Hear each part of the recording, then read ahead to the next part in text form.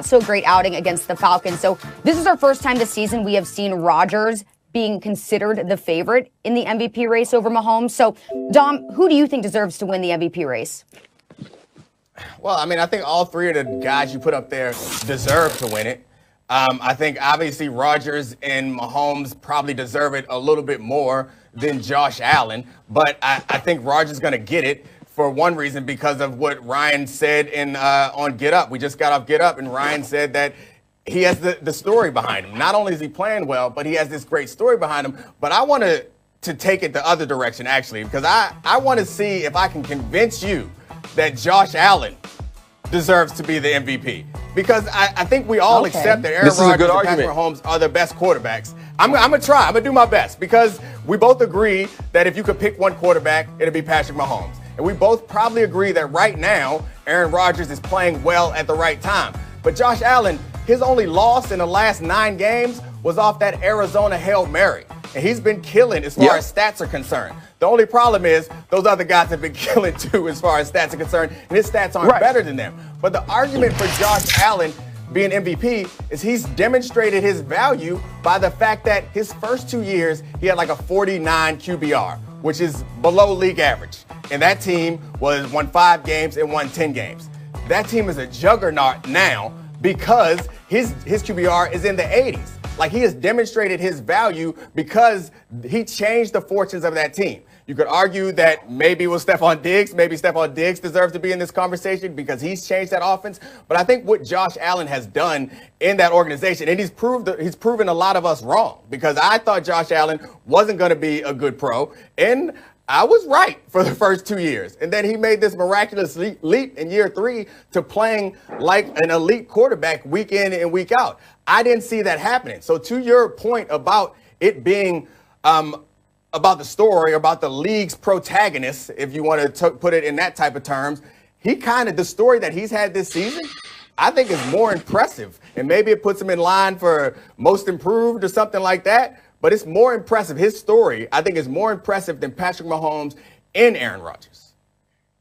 See, like the one thing I thought when we had Charlie on this show, who's awesome, great person, Dom on this show, who's awesome, a great person, was that we do the show differently than Max and Stephen A. Right? Like they come on here and they talk about each other. Stephen A calls Max corny, and Max drops some rap reference that even Stephen A doesn't know to show people that he's actually less corny than Stephen A. But I thought we were going to come on this show and do this show together. Right now, I just got in the good graces of Bills Mafia. Right, Monday night, they accepted me, they welcomed me in, they sent me this application to get on the Josh Allen bandwagon. I filled it out, I sent my application in, and I believe by the end of this week I'll have my answer. But now you're going to make me say things against this guy. And I don't want to. I agree with you. Josh Allen has made a tremendous ascension. I also agree with you, and I was in the same part. I didn't think he was going to be a bad quarterback, but I never saw him being this.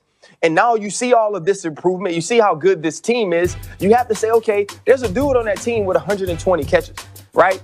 There's a dude on that team that helps you against man-to-man, which you were bad against coming into this season because that dude gets a whole lot of separation.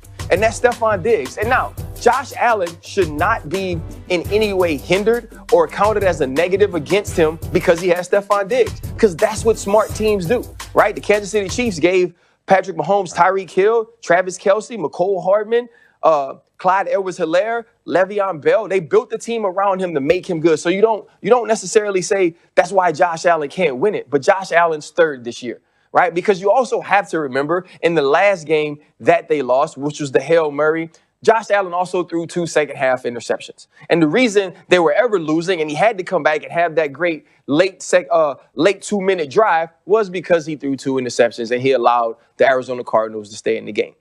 You look at Patrick Mahomes, he's probably fallen behind Aaron Rodgers because of the Miami game, because of the game against Atlanta, and Aaron Rodgers continues to go. And then when you talk about stories, maybe something Charlie knows a little bit about, this is kind of like the Roman Reigns story against The Rock, right? Everybody who loves wrestling now would like, oh, Roman Reigns. But if The Rock come back, we gonna all be like, oh, y'all, The Rock is back.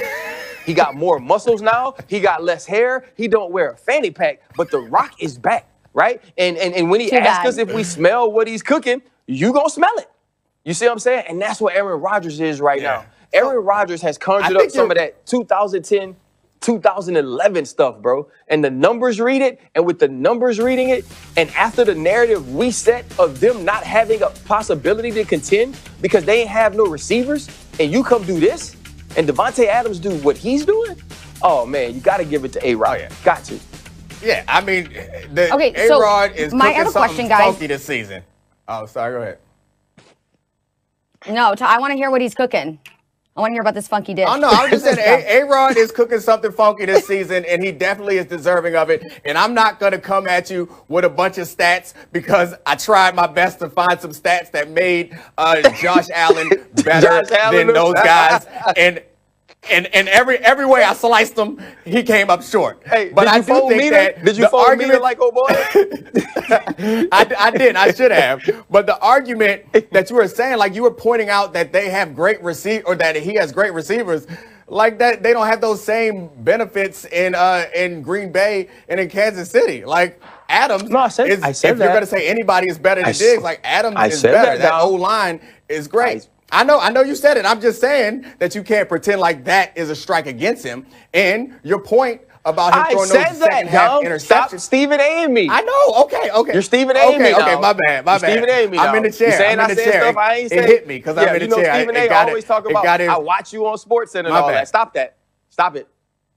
My bad. Let me return to which of your two picks?